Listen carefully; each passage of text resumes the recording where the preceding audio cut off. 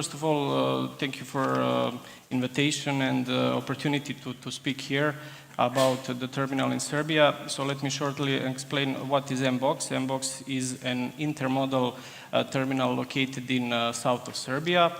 We are the largest and most modern container terminal in Serbia. I would say that our biggest advantage is actually our location, because we are exactly in the point of crossroads, all directions from east and all directions from south. What this means? This means that all trains, for example, from Greece or from North Macedonia going towards Western Europe will have to pass right next to our terminal. And the same goes for the trains going from Turkey and Bulgaria. This is what gives us some strategic advantage on the market. Together with the terminal, we are also pushing hardly to develop intermodal connections with our terminal. So far, in 1.5 years since our beginning, we established regular connections with 3 most important ports for this region. This is a connection with Port of Thessaloniki. We have 1 departure per week. Connection with Port of Piraeus. We have also 1 departure per week, currently suspended because of the well-known crisis. Also, we have 2 departures per week with the Port of Rijeka in Croatia. Together with this, we are working on starting of 2 new very important lines. This is connection MBOX with Duisburg port in Germany, and also new line will be Istanbul MBOX in Serbia. This is also interesting, I think, for Greek market, because with this kind of setup, some customer in Greece can basically send his cargo from Greece to Germany all the way by rail, which maybe today you don't have too many options for this. Okay, now related to excellence practice that you mentioned in your question, I would say that this is related to the service you are providing to your customers, and what customers actually want. They want a regular, predictable, transparent, and fast service. This is what we are trying to achieve here. But okay, this combines not only a good organization. This combines good organization of the train, but also terminal operation itself, because the whole process does not end when the train comes to terminal. After that, you still have to arrange custom formalities, handlings, last mile deliveries. So there is a lot of work.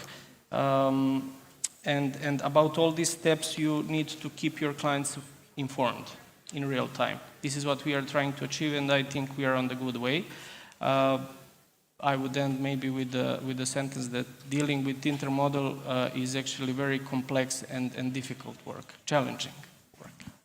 Thank you very much. So, after all of that you've heard, under what circumstances do you think you could have a stronger cooperation with Greece and Thessaloniki in general?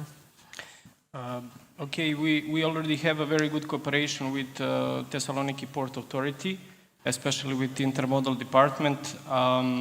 They were the first one who recognized the benefits of location of our terminal in Serbia, and also benefits of intermodal transport in general. And they used it to increase their market share in Serbia, which is smart, I would say. Okay, considering that Serbia doesn't have a sea exit, I would be very happy if Thessaloniki port would become a port number 1 for Serbian market. But to be honest, in order for this to happen, some few things has to be changed. So it's not enough for the port itself to support this.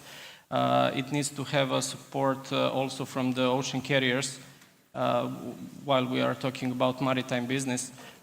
Because it's not a secret that local costs in Greece are higher than local costs in other ports in the region, and this is why the story become difficult about having more Serbian cargo going through Thessaloniki port or other Greek ports. Okay, I mean, from the other side, MBOX has a perfect location considering the Thessaloniki area, because we are not too far, we are not too close. We are exactly where we should be to support this. But okay, this is all related to maritime business. What we are missing currently, I think it's more options for the continental cargo. This is something that traditionally goes by truck, but there is a big potential for this cargo to be moved to rail through intermodal and intermodal containers. There is still a huge percentage of the cargo that goes from Greece to Western Europe or Balkan countries only by truck. If we succeed altogether to move this cargo to rail somehow and to develop this intermodal, there will be multiple benefits here, and first of all, reduce traffic jams, reduce queues on the borders, solving problem with lack of drivers, problem with high fuel costs, and also to reduce the CO2 emission. Also, there is more and more important and large companies among Europe that is requesting that their cargo or cargo of their suppliers to be transported by rail, not instead of truck deliveries. So I think that in order for this part of the Europe to stay competitive with the rest of the world, we all need to work on development of rail transport, because this is the future.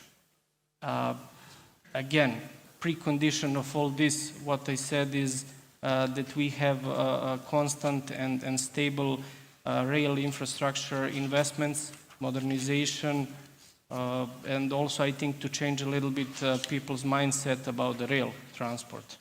From my opinion, all the governments of the countries on the European Corridor 10 needs to put focus on the rail infrastructure and and investments, because from my point of view, we don't have alternative to this.